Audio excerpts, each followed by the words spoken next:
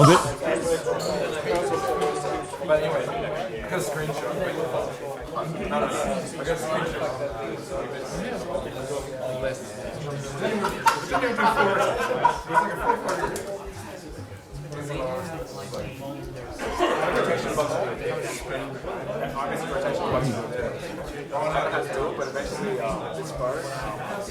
All right. Okay, cool. Hi guys. So I'm Han. I am a long-time Mac developer, but last 24 months have actually made a switch over to data science.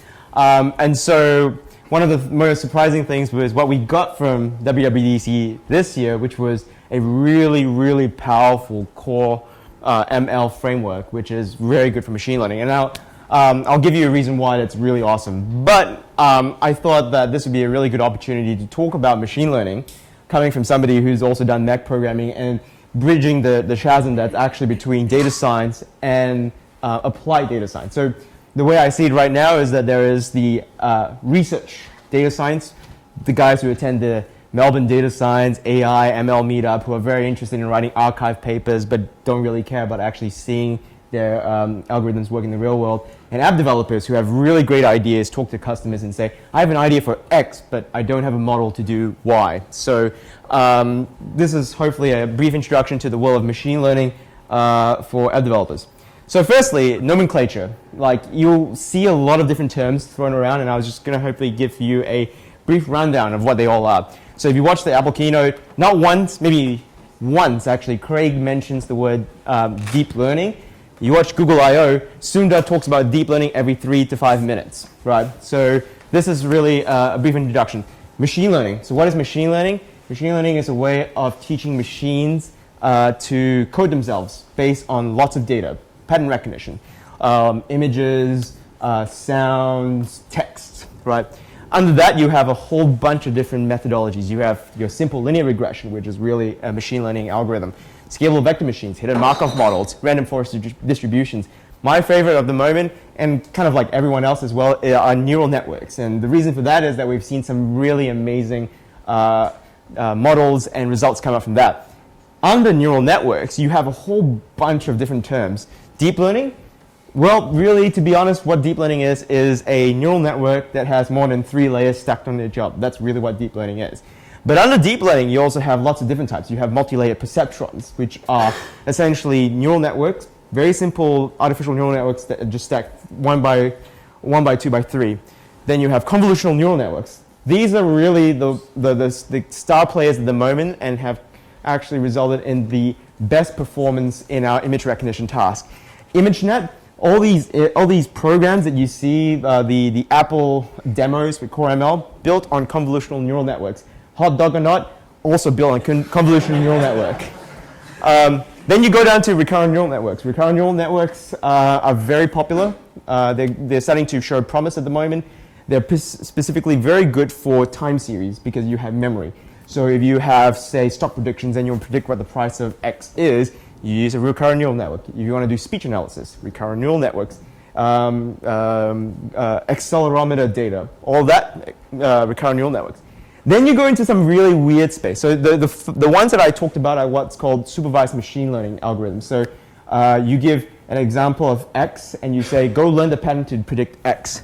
The other two, generative adversarial networks and deep reinforcement learning, are in the very cutting edge space of unsupervised machine learning. So generative adversarial networks are really interesting because what it is they're 2 neural networks, and if you imagine one neural network being a cop and the other one being a forger, it's the job of the forger to make copies of something and say, hey cop, can you tell whether it's fake or not? You do this lots of times, eventually the forger gets so good that it actually tricks the cop that you can start producing images, music from scratch. So you can say, hey Gan, I want you to produce an image of a blue bird on a blue background and a green hill, and it will generate an image completely from scratch that is photorealistic. That's the current state of the art. And then you have deep reinforcement learning, which is really cool but also a bit scary, where machines are learning to do tasks based on observing people and being rewarded for a particular task. The best example is Mario. deep brain trained a neural network to play Mario just by observing human players play and to know what works and what doesn't. So those graphs here, the top one is really a very simple illustration of a neural network where it takes several inputs, x1, x2, x3, puts them through a dot product, and you end up with a prediction on the y side. Usually you also have an activation function in the middle section to actually say whether that neuron would fire or not. The second one is what happens when you actually chain a whole bunch of these neurons together. So that's I guess a multi-layer perceptron where you feed them together. And then third, the last one is a convolutional neural network where you have x1, x2, x3, x4 forming a cluster that looks at a particular window and it slides across that window with activation functions. And by pairing and having lots of layers of these convolutional neural networks, you end up with ways of teaching the machine to do things that we would usually code into computer vision algorithms, such as edge detection, contrast, color. So the machine is all learning this on its own. So very quickly, applications of ML. There are lots of different types of application: computer vision, speech recognition, NLP, autonomous vehicles, artistic style transfer, really interesting stuff. So you can actually train a neural network to imitate Monet, take a photo, and then you get that. I think there's an app called Prisma or something like that. Does the same thing. Art, music generation. So the guys at Google have come up with a project called Magenta. And I don't know, you might have played around with it, where there was I think a web app where you could draw a sketch of a cat, and the neural network would predict that you were drawing a cat. And they've seen, I think, since I/O actually release the source code and the entire data set, so you can actually train a neural network to, if you drew something, learn what you were drawing. It's like quick draw. Kind of like quick draw, exactly. Music generation, so that, yep. What if you draw one of those optical illusions which looks like either a rabbit or a duck? So my answer would be, depends on how many times you tell it it's a duck. Right? If you tell it it's really a duck, it'll learn it's a duck. But if you tell it that could also be a rabbit, then it'll be like, well, 60% could be a duck or a rabbit. It's really what you teach it to be. Art, music generation, music as well. So Magenta also did that with style transfer of music. So they trained a neural network to do representations of, say, a cow and a representation of a piano. And because you end up with a vector representation of a cow and a vector representation of a piano, you can then combine those two and come up with a cow piano of sorts. Artificial intelligence, that's what everyone talks about. It's a bit wishy-washy what exactly it is, but I guess AlphaGo beating the best Go human is kind of moving in that direction. And miscellaneous, there are lots of different applications to it. So what is the machine learning workflow? How do we actually use this, right? Very simply, these are all the steps you really need to do. A, get the data, clean it. Most of the time, we do that all the time. All we do is we clean the data, we make it nice. We then choose a model architecture. I was talking about before, convolutional neural nets, LSTMs. You can pair them together and you end up with a model architecture. Then you train your model, right? So what do you do when you train your model? You say, pick a hyperparameter. I want x to be 5. I want x1 to be 5, x2 to be 3, x3 to be 4. And then you set those hyperparameters, and then you test your model by running it all the way through. You evaluate your results, see how good you went, and then you change the numbers again. And what you do is you keep repeating this process over and over again until you end up with a really good set of hyperparameters. And then you deploy a model, and then you profit. So very quickly, this is something that I noticed as well at the labs at the Core ML. A lot of people are asking, so I have a problem such as X, I want to recognize this, I need a model, well, how do I do this? So very quick overview of some of the models I like. Inception v3, VGG16, AlexNet, these are all convolutional neural nets, or stacks of them. Inception v3 being the most famous of them because it won ImageNet in 2016.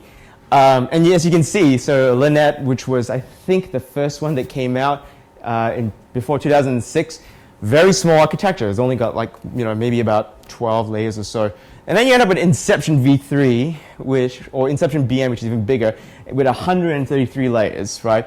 So that's very good for image recognition. Currently is the standard of the standard at the moment.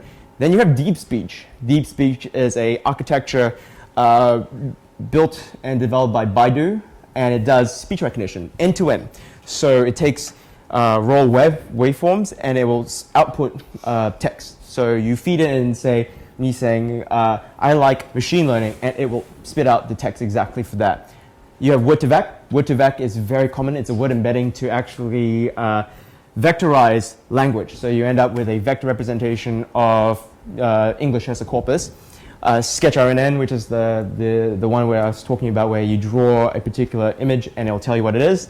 And WaveNet. WaveNet is fascinating. So WaveNet is interesting because it's a dilated convolutional neural network, and it can generate very realistic human voices from scratch. They've also used it for generating very realistic musical instruments and music from scratch as well. And also you can do it inversely for speech recognition the other way too. How do you do this? Well, there are lots of different frameworks to train your machine learning model. The big one everyone knows about is TensorFlow, because Google spends a shit ton of money on advertising for that one, which is an ancestor of Theano. What's really interesting, and for everyone here in Apple land, is Keras. So CoreML supports Keras 1.2.2.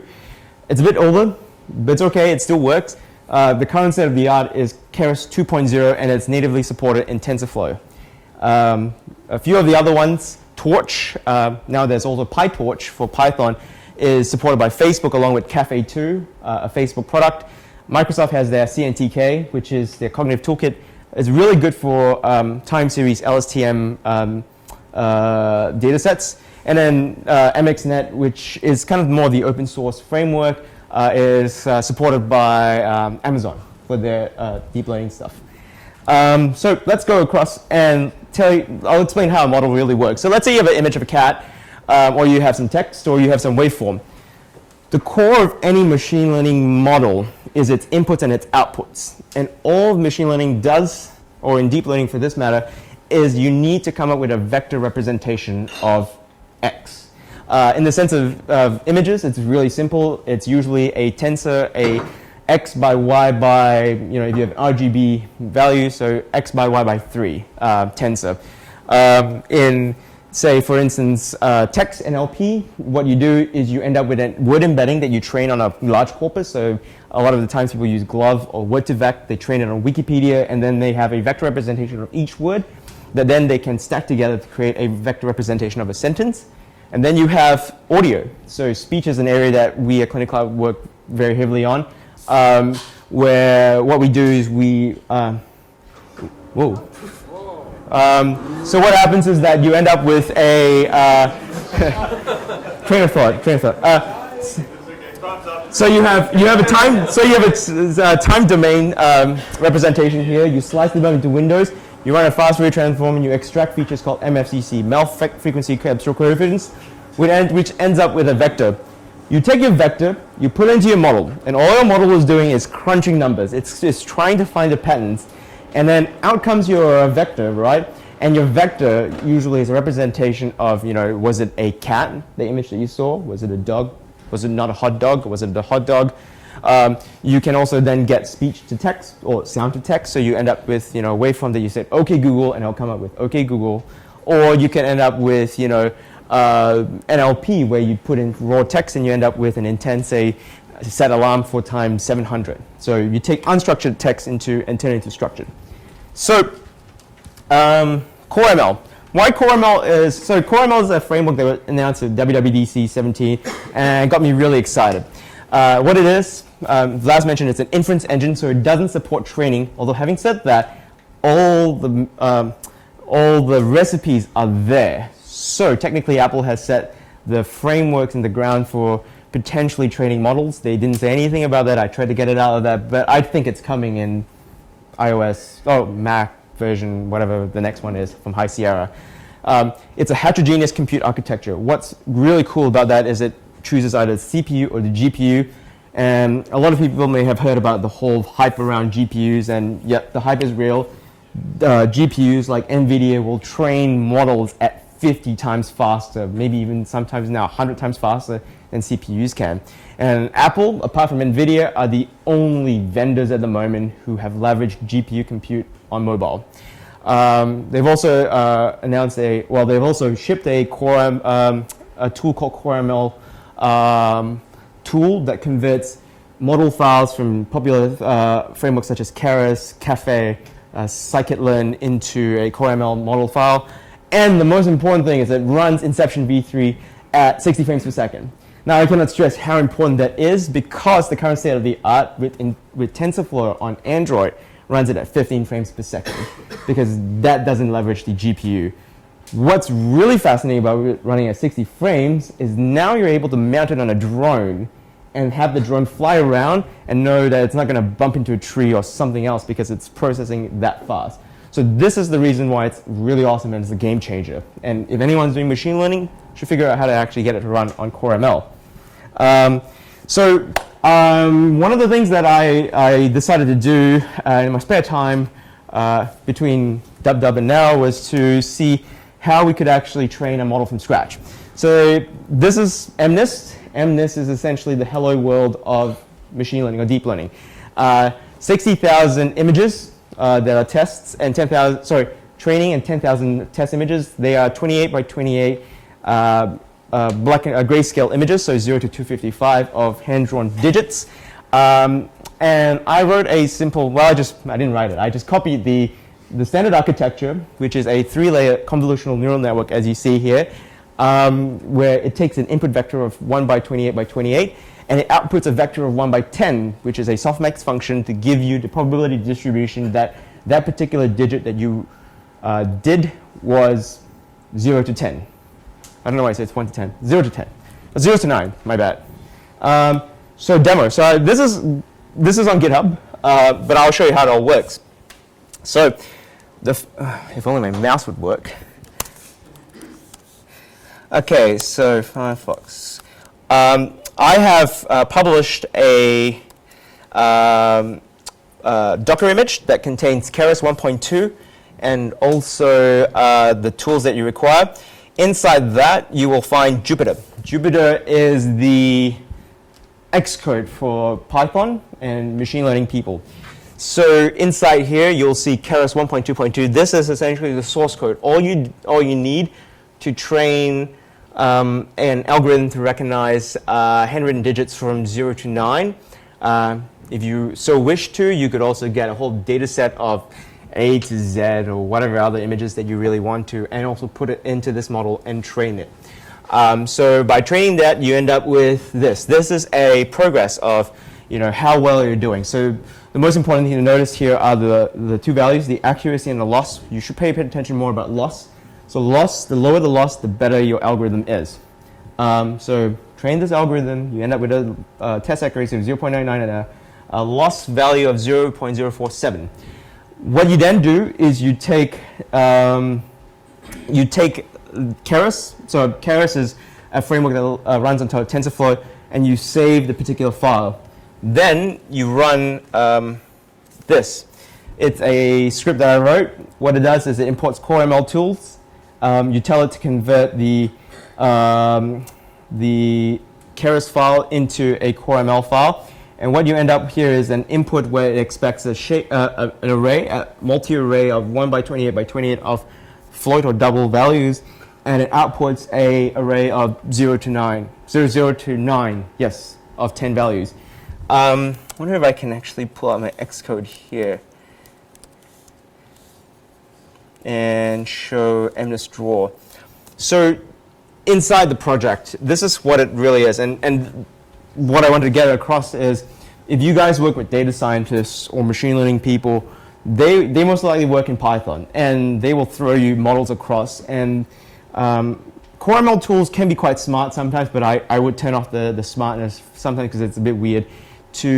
Rather than getting a CV pixel buffer, which is what they usually give you, you say, I want an image, to just get a raw input of an array type, ML multi-array, which essentially equates to a NumPy array.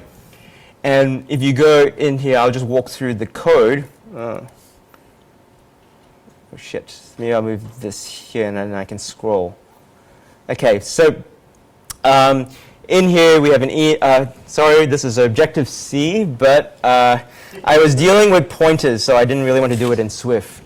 In here we see there's an input array. This is a ML multi-array type, and I'm instantiating it with a shape. A shape is essentially saying this is my tensor that I want it to be in, which is 1 by 28 by 28, because it's 28x, 28y, one value of 0 to 255 for my pixel intensities. I set up my model because I launch it from mnis keras, and then and error handling. Predict button, so I'm saying what I need to do is to populate input tensor, and then that's the output. So the output is the ML multi-array that I get back once I do a prediction using that model. And then right here, what I'm doing is I'm just trying to find the maximum probability, the index of the maximum probability, because it goes from 0 to 9. If I find an index of that, I know exactly what I wrote. Populate input tensor, so this is where you take an image, you then go through, iterate the whole thing through, and you populate that tensor. You say, I want you to find the intensities from 0 to 255, normalize it maybe, and then put it into the tensor for 1 by 28 by 28. So you can say, if I want it to be in point 2 and 2, I'd say insert it at point 2 by 2. So once that's all done, you just run your model. So let's see what it looks like. So let's run it on a simulator like this one. There we go. And so this is an example of how you would then use a custom model. So if you wanted to, as I said, you could train it on a whole bunch of new inputs. Oh, nice, on this side of the screen. So just example, if I were to write, whoa, what's going on here? Whoa.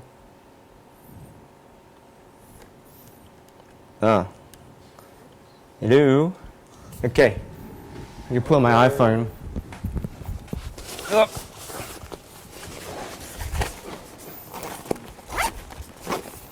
Anyone here have a lightning cable that I can? Yep. Yeah, USB. I'm not sure what. Yep. I'll just QuickTime video this demo. I don't know why it's. Oh, that works. Thank you. Yep. Yep.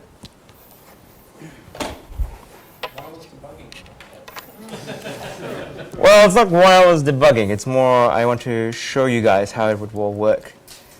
QuickTime. New screen recording.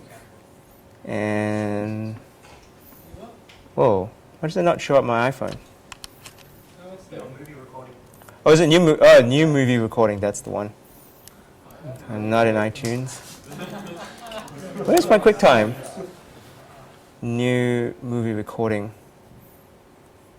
Oh no, it's on the other side of my screen. Oh, there we go. Excellent. Oh wait, can you see it? There we go. So mnis draw. If I were to draw, say, number 4, predict. Value is 4. Minus 4? Nope, no minus figures, but let's see.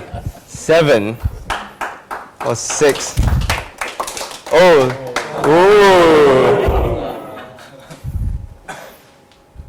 6, and then 3, and so on and so forth, right? So this is it. So you train it on mnis and you deploy in Core ML. Yeah, questions? Is it a constant time, once you train the model, is it a constant time to do the prediction? Yep. Yeah, once you've trained the model. So what happens is that as you're training the model, the way I would describe it is that in functional programming, in a sense, you end up with a computational graph.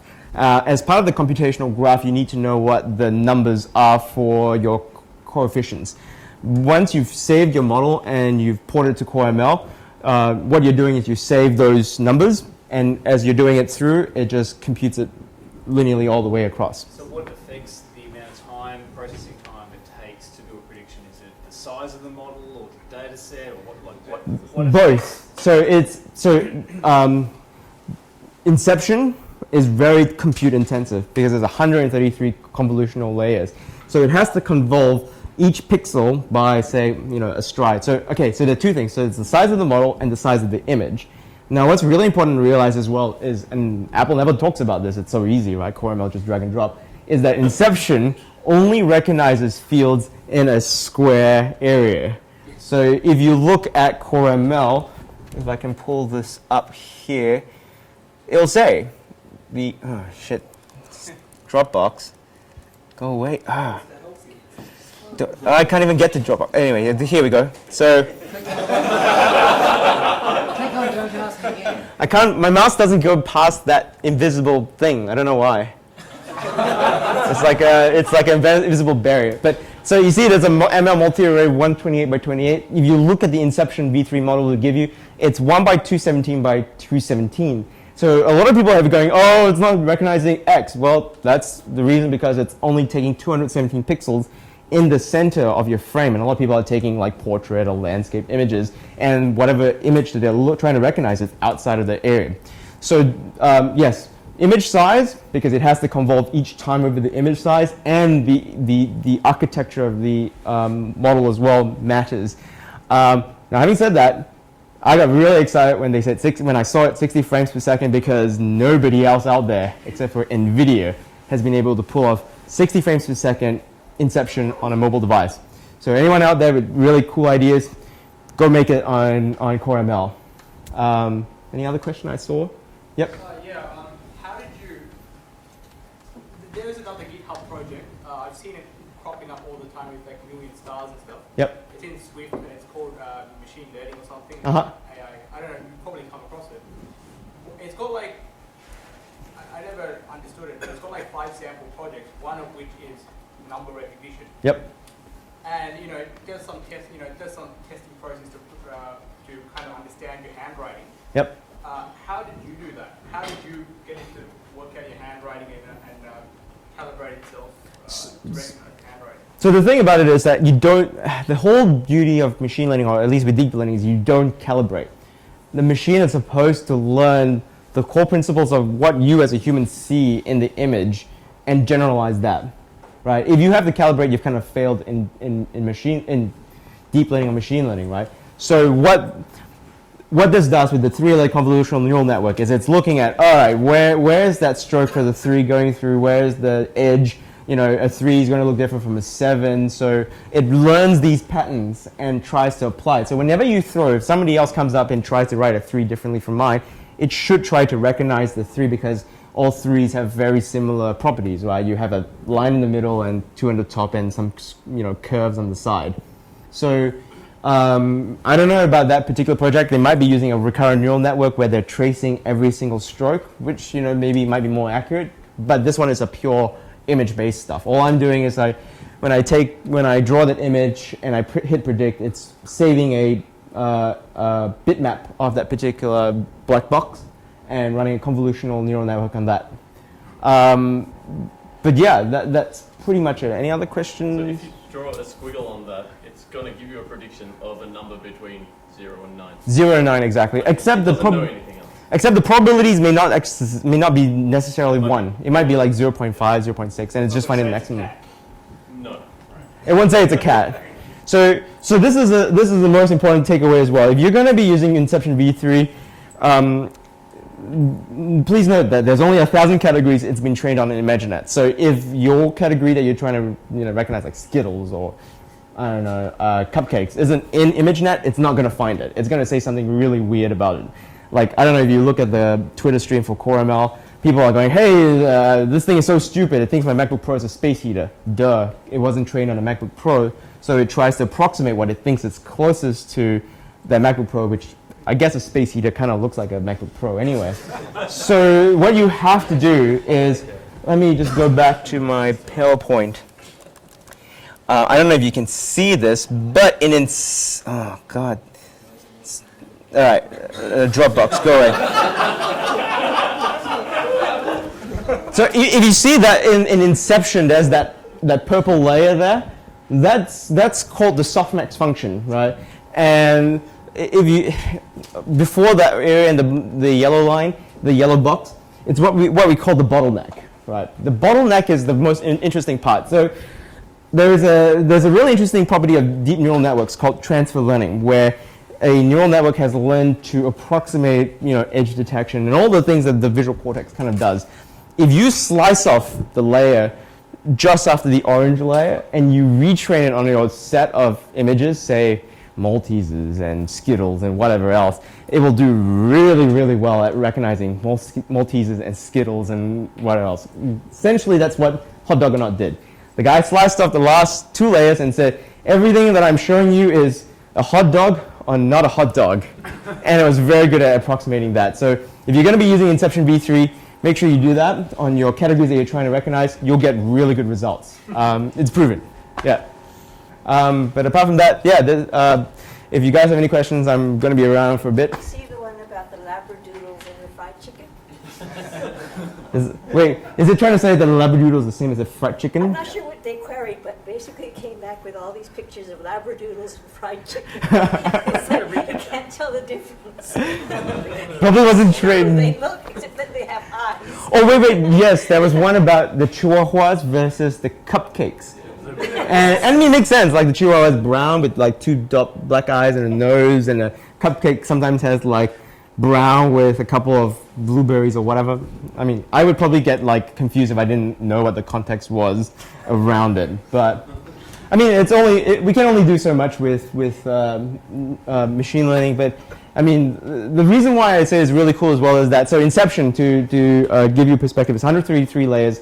ImageNet has 1.5 million images, 1,000 categories. It takes Google, I think, about 2 weeks to train on 150 GPUs. Right? So it takes a long time to train this, and it's kind of cool that they give it to us back to the community for free, and let us go muck around with it. Having said that, they don't actually release the complete source for free, so a lot of researchers go, how did you get such good performance? Because we can't replicate that. But that's a discussion for another day. Yep. Is there a marketplace for models, pre-generated models? Yes, there is a marketplace for that. It's unfortunately server-side. It's a website called Algorithmia. And they're based on AWS. They have things like style transfer. Style transfer. So you can take an image and you can say, I want to look like Monet, and it'll take that thing and apply a ConvNet and generate an image like Monet. I think they have NLP models and a whole bunch of things. So that's mostly server-side. You end up paying them for that stuff as well. The core ML stuff is really exciting and really interesting. I mean, it's kind of weird as well, because as a data scientist, you're going, well, who's going to pay for my models? Right? You might buy my model for 99 cents, and then boom, on the App Store, you make like $1 million, and now I'm poor, right? So that's kind of the weird thing that nobody quite knows how to resolve yet. But sooner or later, we might end up seeing an App Store for models where you can go, I don't really care about poodles or that. I just want to know whether it's a cupcake or a chihuahua. And you just give me a whole bunch of images for cupcake and chihuahuas, and I'll train it for you and go, yep, that model will do exactly as you asked for it. But yeah, Algorithmia is probably the go-to place right now, I think, for easily accessible cloud-based stuff. But I think Apple has declared. Like buying pre-trained models. More of a SaaS service. You have an API you call, you throw your data up, and they give you. Yeah. All these guys like AWS, Linux, Yeah. Microsoft, they're all providing, the pre-trained models, which you can call as an API, like image recognition for object detection and stuff. But there's also, there's a market maybe for some, buying, like, I have something that is pre-trained to recognize hot dogs, right? Yeah. Well, here's a really interesting thing, and something that it sets Apple apart from everyone else. Apple does not have a cloud business, right? They've obviously drawn a line in the sand and said, we believe the future of inference. So training is a completely different thing, but inference is the next thing. Inference for machine learning is going to be on device, on the edge, and by investing heavily into core ML, making it easy and attracting data scientists. I guess I'm iOS, Mac developer as well. back into this fold, it makes it really interesting now because you don't have to pay for server costs. You don't have to pay, for GPUs, or you don't have to pay for all these cloud stuff. You just deploy it and it runs. So, and it also runs when there's no connectivity to the cloud, which is a really big plus. Also helps with your business model too. You don't need to think about where the money needs to be generated from to pay for services. Exactly. Yeah. You still have to pay for all that server infrastructure or whatever to compute your model. Unless you buy it straight off the Well, that's why I App guess Store. is where I'm thinking where this will become more like components, where you can say, oh, I need these things. If you do a pre-trained models out there that you can combine like components, right? Just say, okay, I need something that does this, and something that does this, and you can bring them together in a set of core ML processes on a device, then you can create quite an interesting combination. Absolutely, and the thing about it is that it's all additive as well, right? So one example that I didn't mention here as well is that people have started to do things with video, right? Convolutional neural nets combined with long short-term memory units, right? Because it's images and over time. And what's really cool is that now you can actually get a neural net to watch a video and it'll annotate exactly what's happening in each scene very accurately because you know what happened in the scene before, what happened in the scene after. So it can go, yes, this lady is unpacking her car rather than packing it because they saw it taking out stuff rather than putting it inside. So yeah, having a combination of all these things, you may end up with some very fascinating stuff. And again, more data flows back to the system, the better it gets. Yep. So where Apple's pitching just dropping a model that's already been trained in. Yep. And some of the models were not lightweight. Yep. At the moment, if you wanted to have a newer model or an updated model or a model that had maybe some extra things that you knew about, so like in your case, just knew about numbers 0 to 9, and you go, oh, I've got the alphabet. We'd have to ship a new app at this point. Is that right? Like, there's no easy way of going, I'm going to update that dynamically. Yes, you'd have to ship a new model. Model's just a file. It is a file, but it gets compiled down to metal shaders, I believe. So,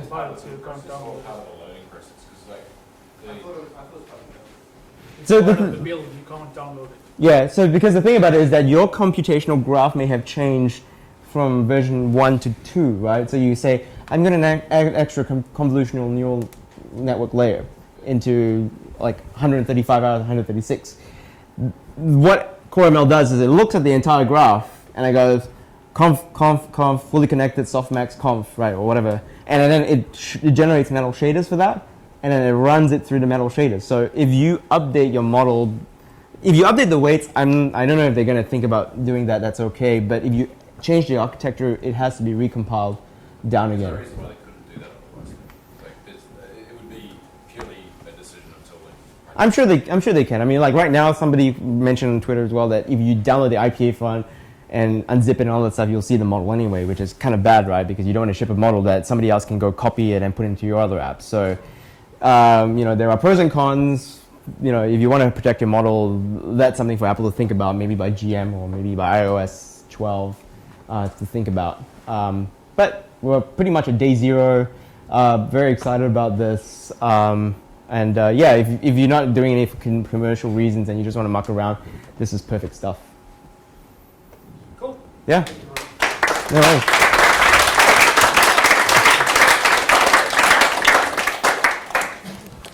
And we have one more kind of quick lightning for you. You want to just jump up with your final thing? I think we've done really well tonight. I can feel the excitement. 10 minutes. Ooh.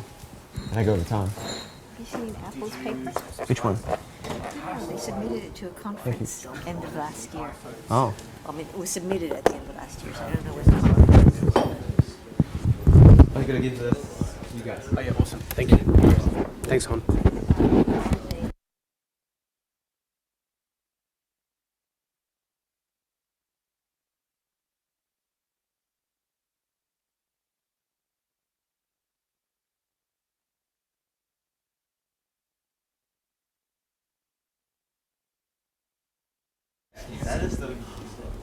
That is the holy grail of 5485. You generate it at the end, and again, it'll just print out all this data and train your unsupervised machine, your supervised machine learning algorithm on that.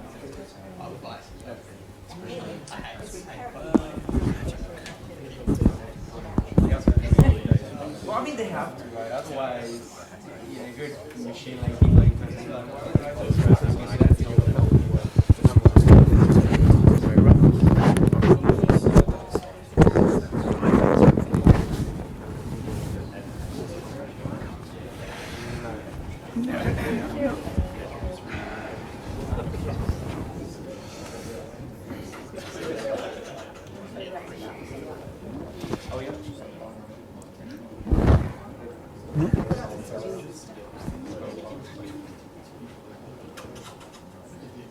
Google are like way ahead.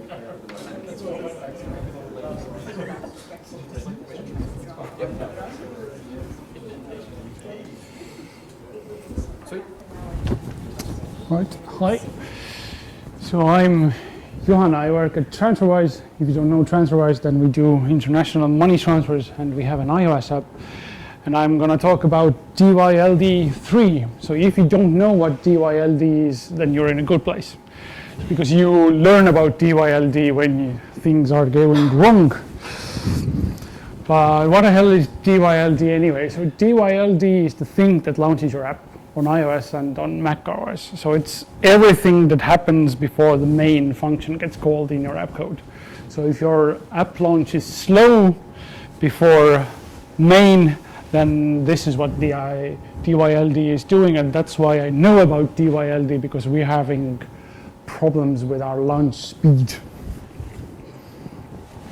And so this is how DYLD2 works, and Apple just gave them random version numbers because they haven't been versioned before. And this will all run in your process. So all these steps will happen when your app launches. And there's a pretty bunch of steps. So the parse macro headers means that it will look through your code, see what your code references, all the libraries that your code references, and it will find all the dependencies of all the libraries, that these libraries are references, and it will go through all this graph when your app launches. Then it will map macro files to your app's memory. So these things need to be to your memory. It will perform symbol lookups from operating system.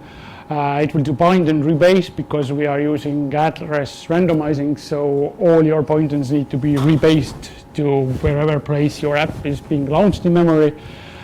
And then it will run all the static initializers that your Objective-C or C code might have, and then your app will launch. So, and DYLD has this nice problem that if you split your code into frameworks, which you should do because it's a good architectural pattern, then it will get slower, because Apple says that frameworks are good, but just stick to 5-ish, which, yeah, it's not really that good. And that this year's Dub, they launched a new DYLD, which introduces a thing called launch closure, which is a very interesting concept. This is everything that is needed to launch your app. So all the dependencies already parsed and mapped out, all the system calls, all those things. And the new DYLD is actually 3 separate things. So it's a out-of-processor daemon that does the parsing and compiling. It's a very small launch closure runner that will be running in your process, and it's a launch closure caching service. So the new DYLD will look like this, and the good stuff is that all the things in red will now happen during your app's install. So DYLD will generate the launch closure for your app when your app is being installed, when it's being updated, or when an operating system is being updated. So the problem with parsing loads of dylibs just disappears, because that closure will be cached, and the thing that runs in your process will be really small. That will just read the launch closure, verify it, and do the mapping. And the big question is, when can we have this? I don't know.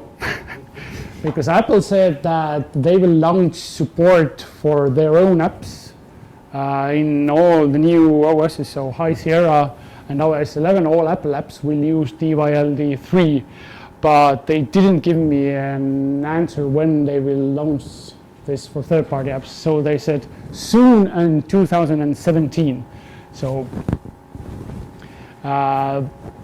we'll find out. So I'm really hoping for this to happen because our app launches from cold launch. It sometimes takes like 5 seconds to launch, which is really crap experience. And DYLD3 just should take care of that. This was all based on a single talk, or something about your app's launch performance, and it had a couple of other good things. So there's a new tool that allows you to instrument static initializers. If you're using Swift, then this tool won't help you because Swift doesn't have static initializers, and it's a good thing. But if you're still using C and Objective-C, you can actually instrument into what DYLD is doing. But to do that, you need iOS 11 and High Sierra because it has something in the High Sierra's kernel that allows it to do that. And also, if you are using DLOpen or other such arcane magic, don't, because Apple says that currently the semantics of DLOpen, DLClose, and other those things are really not clear, and even they don't really understand those things. So if you're using those, the semantics might change. And if you are using those, then I suggest you to look at the talk because they have slides there how you can give Apple feedback to tell them that we are using these things for this thing and please make this work with the DYLD3. We're done. Good talk last year as well. So Yeah, there's another talk that last year they had a talk that went really deep into how DYLD2 works. So how all this parsing Mako headers and all this stuff works. why your app might be slow. Yeah. It's using lots of CocoaPods in the framework. Yeah, so CocoaPods is a different thing because CocoaPods are compiled into a single dylib. But if you have separate frameworks in your own project like we do, then these will be different files. And I went to the lab with for the app startup, and the engineer told me there that the slowness actually might be due to file system. That actually the file system is slow enough that if you have many small files the DYLD needs to gather, then this might be the case why it's slow, because if you're doing a warm launch, then the file system might have cached all those things. Yep, and that's it. We can all go home now. Question. Yep, go ahead. Well, not a question, more a little comment. I actually went to a DYLD lab. I was actually the only person, apparently, who on the app startup lab who had a question about DYLD, interestingly. But that's because in Reveal, or rather in the instrumentation that we have for Reveal, we're using DLOpen, and I had a question about that. So the thing that, the reason why they wouldn't recommend using DLOpen, apart from the fact that the interface is really arcane, is that with DYLD3, it would calling DLOpen will have to call out to the XPC part of DYLD and just grab that information in runtime, which obviously would be. So you couldn't use the launch closure. Yeah, and the same goes with DLSim. But if you really need that, I don't think the engineer told me that it's a completely bad idea if you really need that. Obviously, maybe not. From the talk, they want to know why you're using it. Yeah. So you can provide feedback. Yeah, it's good. And so that they can ensure that those use cases continue to function as people expect. There was one main piece of API is about being able to introspect symbols in your dialogues, which then might stop supporting. So because it requires a lot of memory or something. I can't remember the text specific way, but there's also a bunch of data in those structures that isn't used anymore. So it's just wasting space. It sounded from the talk that they would really love for that one to go away. Yeah. The standard open and symbol lookup APIs probably aren't going to change or stop working because people use them enough.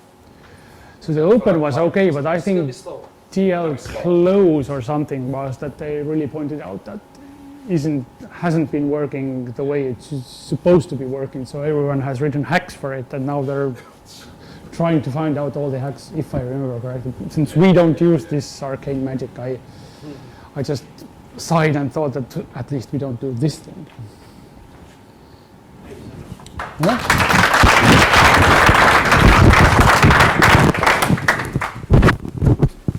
We've done phenomenally well tonight. I can't believe everyone is still hanging around, and it's 5.